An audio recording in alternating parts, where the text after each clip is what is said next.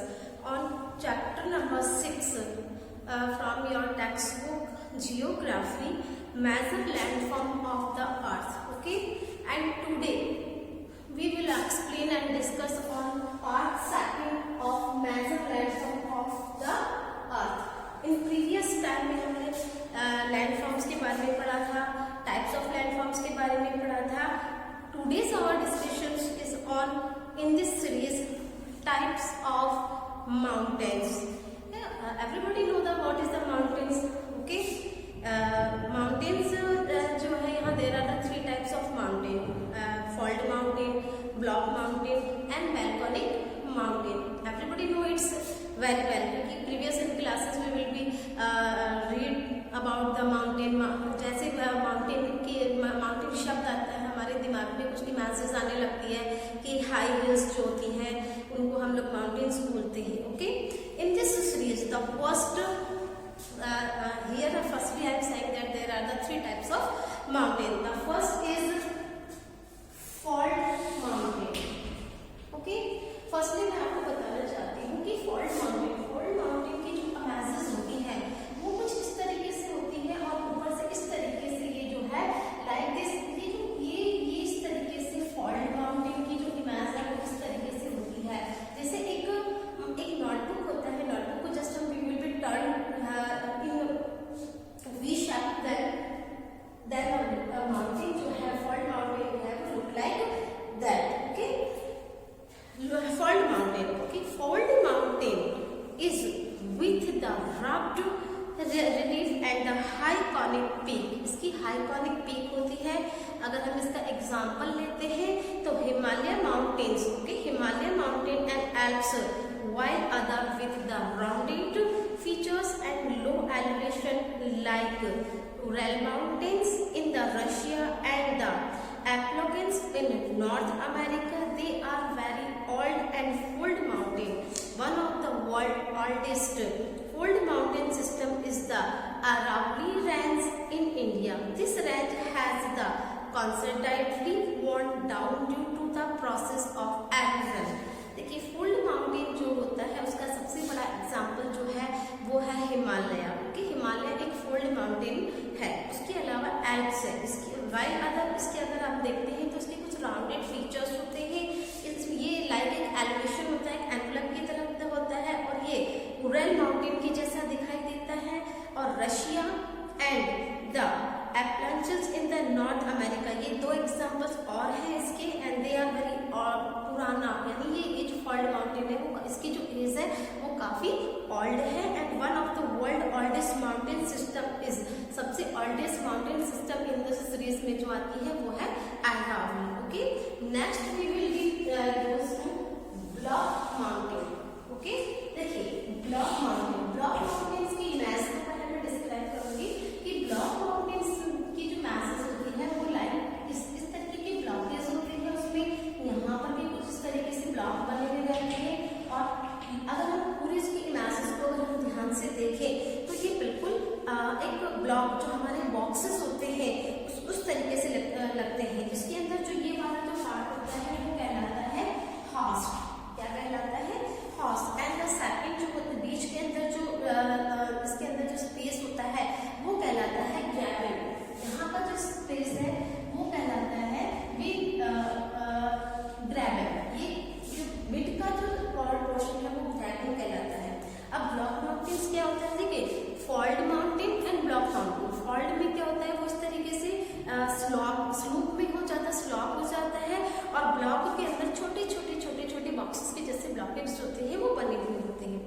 Block mountain are the created when a large areas are broken and the displaced the vertical.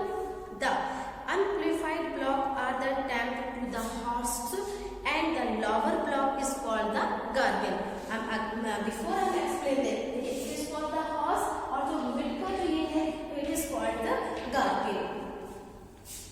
The Vosges mountain and the Rhine valley in Europe is the example of the block mountain. Again I explain the example of the block mountain is Rhine valley और एक होता है वॉस्गेस mountain and the Rhine valley. ये बहुत जो है इन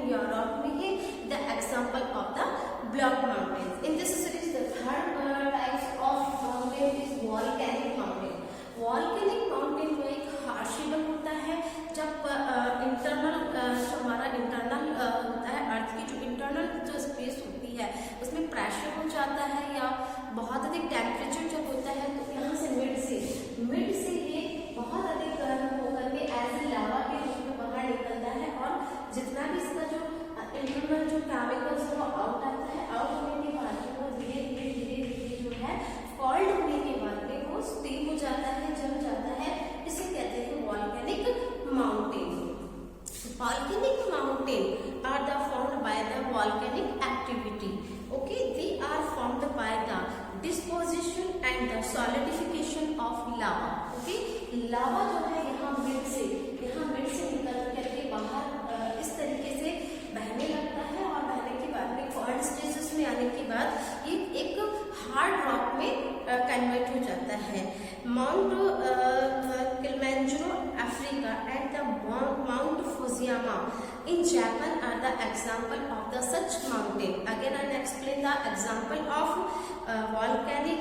देखिए mount Kilimanjaro and in Africa or Mount Fujiyama in Japan is the most example of the volcanic mountain. Okay, I think that you will understand the three types of mountain in this series. Next we will go to advantages of mountain. Advantages क्या होती है mountains की? Listen, मैं कुछ advantages हैं जो यहाँ explain करना चाहूंगी। The advantage of mountains are as the follows. The river valleys and the trenches of ideal for cultivation of crops. Okay, mountain process a rich varieties of flora and fauna. Second आता है mountain have the rich forest cover which the provide fuel, fodder and the other product like the gum, grasses and etc. And mountain attract a number of the tourists and hence the promote the tourism. The visit mountain for their scenic beauty and various sports like the paragliding and head gliding, river rafting and the skiing of the popular in the mountain. Mountain की कुछ advantage जो होती है, एक तो क्या होता है कि रिवर्स पे एक तो कल्टीवेशन क्रॉप में काम आता है ये। सेकंड होता है कि इसमें रिच फॉरेस्ट प्रोवाइडेड होते हैं, इसमें फ्योल होते हैं, इसमें फॉल्डर्स होते हैं और एक ही टूरिज्म के रूप में काम आता है। मोस्ट ऑफ पॉपुलेशन जो है वो लाइक करते हैं इस प्रकार के माउंटेन्स पर जाकर के अपने वैकेशंस को स्पेंड करना एक्सेट्रा। फिर in this series we goes to plateaus. What is the difference between the mountain and plateau? Then listen me. Mountain जो है mountains height is more than plateaus. Plateaus की जो height है वो mountain से थोड़ी सी कम होती, थोड़ी नहीं है, उसमें काफी एक डिस्टेंस होता है जो थोड़े से हाइट में कम होते हैं, वो प्लेट्यूज कहलाते हैं। जो top of the high heel होती है और पेंसिल नॉक पर होती है वो माउंटेन कहलाता है। प्लेट्यूज। ओके, नेक्स्ट हमारा टॉपिक जो है वो है plateaus. A plateau is an elevated flat land and the plateaus may have one or more sides with the steep slopes. इसमें 1 या 2 स्लॉप्स होती हैं। स्लॉप्स इस तरीके से होती है, ये स्लॉप्स होती है इस प्रकार की जो स्लॉप्स होती है ये प्लेट्यूज की होती है और हिल्स जो होती है वो सीधा रहता है, इस तरीके से हिल जो है इस तरीके से रहता है। अब देखिए प्लेट्यू जो है is and the elevated flat land. A plateau में have one or more side with the steep slopes and it flat topped table and the standing above the surrounding areas. The East Africa's plateaus in Kenya, Tanzania, okay, and the Uganda and western plateau of the Australia are the other example. Plateaus may be young or old. Plateaus young भी हो सकता है, plateaus old भी हो सकता है। And the Deccan Plateaus of India is one of the oldest plateau. Deccan जो है वो oldest plateaus of India है। The highest of plateaus varies few hundred meters and the several thousand meters. ये कुछ few भी हो सकता है और several भी meters पे भी ये फैला हुआ हो सकता है। The Tibet Plateaus in the highest plateaus in the world with the highest of 4,000 to 6,000 meters above the mean sea level, यानी सी लेवल से 4000 से लेकर के 6000 तक इसकी जो हाइट है वो हो सकती है। फिर आता है in this series plains. Plains जैसे हम जानते हैं कि बिल्कुल जो फ्लैट एरियाज होता है जहाँ ह्यूमन बीइंग्स लिविंग करते हैं वो प्लेन कहलाता है। Okay, the most of the plain, देखिए plains are a large area stretched a flatland, generally they are with the height of the not more than 200 meters above the mean sea level. sea level से 200 metre से ज्यादा above ये नहीं होता है।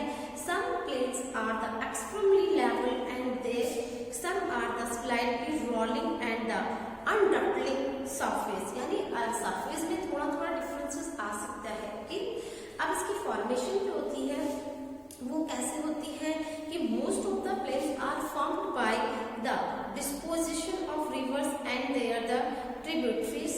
Okay, plains generally are very fertile, thus having the thick population.